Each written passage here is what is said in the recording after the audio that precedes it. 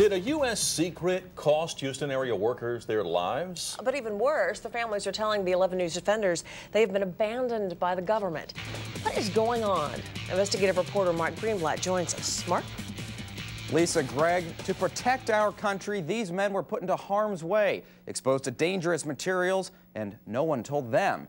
Which is why we wanted to know, what's our country thinking, leaving these heroes behind? He wasn't drafted, he volunteered. Just ask his wife, Frances, and there's little doubt about the patriotism. Was he a good American? Yes, he was. Of Harold Grubbs. He made a good soldier. During World War II, as an Air Force pilot. He was in the service out at Ellington Air Force Base. When they first met. I don't think we missed a night having a date after that. But after the war was over, by the 50s, he settled in Texas. He just loved life. He had a lot of things that he wanted to do with his life. And that he did, making his living working in the metal jungle of plants and refineries in Texas City. He was always proud of the kind of work that they did. Including here, a site that was once Texas City Chemicals, known for producing fertilizers. But one day, he became weaker and weaker. And started losing weight. The doctors were puzzled. He had a long illness. And months later, Harold Grubbs died. How's it been without him?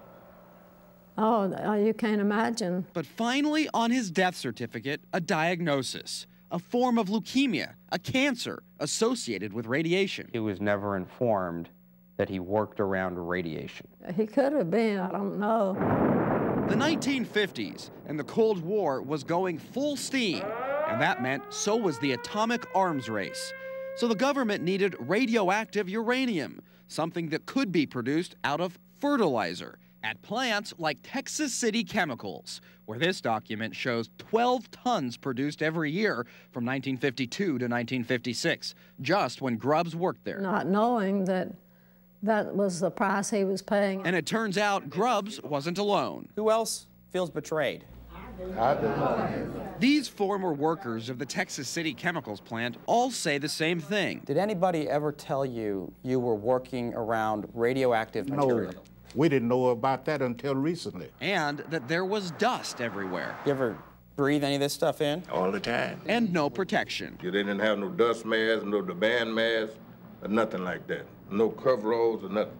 Just coming clothes like this. Clothes they went home in, with the dust covering them. When he came home, you just knocked the stuff off the dust in the chemicals outfit. With no idea of the risk. No warning signs up around that area. No warning sign or nothing. And they claim no way of finding out. We wasn't allowed to ask what they was making over there, because if they find out that you've been talking, they will run you off. It was hell, H-E-L-L. But former worker Henry Lee Williams says many of them had little choice. We needed the money.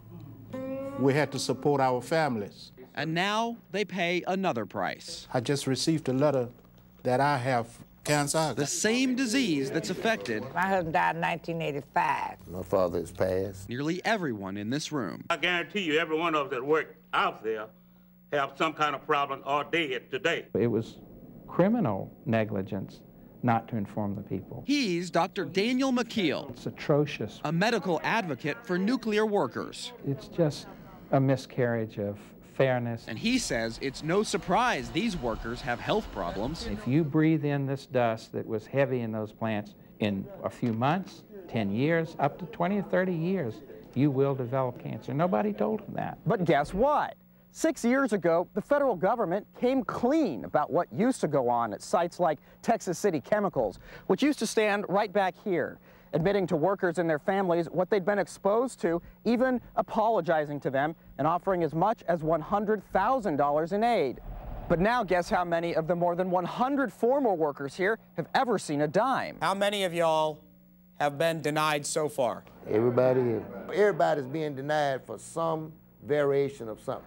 McKeel says it's no surprise. The claims process is so laborious and so difficult that some people give up before they begin. But even worse, McKeel says workers have to prove how much radiation they were exposed to by badges like these that would have measured the radiation at work. The problem? The people at Texas City didn't wear any badges. So they couldn't have any personal monitoring data for them. All of that burden is left on me. And neither did many other such plants in the 1950s. How badly is this system broken? I think it's completely broken. How could this be happening in America? Congresswoman Sheila Jackson Lee agrees. How could we be so ungrateful to people who had sacrificed their lives? She has a leadership role on the House subcommittee that oversees compensation claims and doesn't like what we found. For that was not the intention of the legislation. But we've discovered another problem with that law. Do you believe he made a sacrifice? Take Frances Grubbs. Well, it was a sacrifice in the long run. It turns out her husband falls into a category with thousands of other men across the country.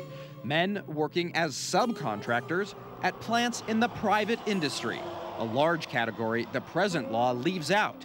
So despite her husband's exposure and death, Frances Grubbs It's been hard. may never see a dime. We owe them a very deep apology, and the whole program needs an overhaul. In fact, Jackson Lee and congressmen from both parties have written these complaints trying to stop an additional problem.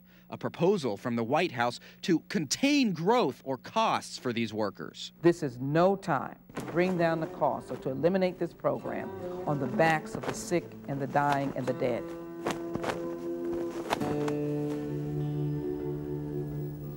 Now the U.S. Department of Labor decides which claims get paid, but declined our invitation to go on camera. However, officials there did tell us, don't blame them, they're just following the law.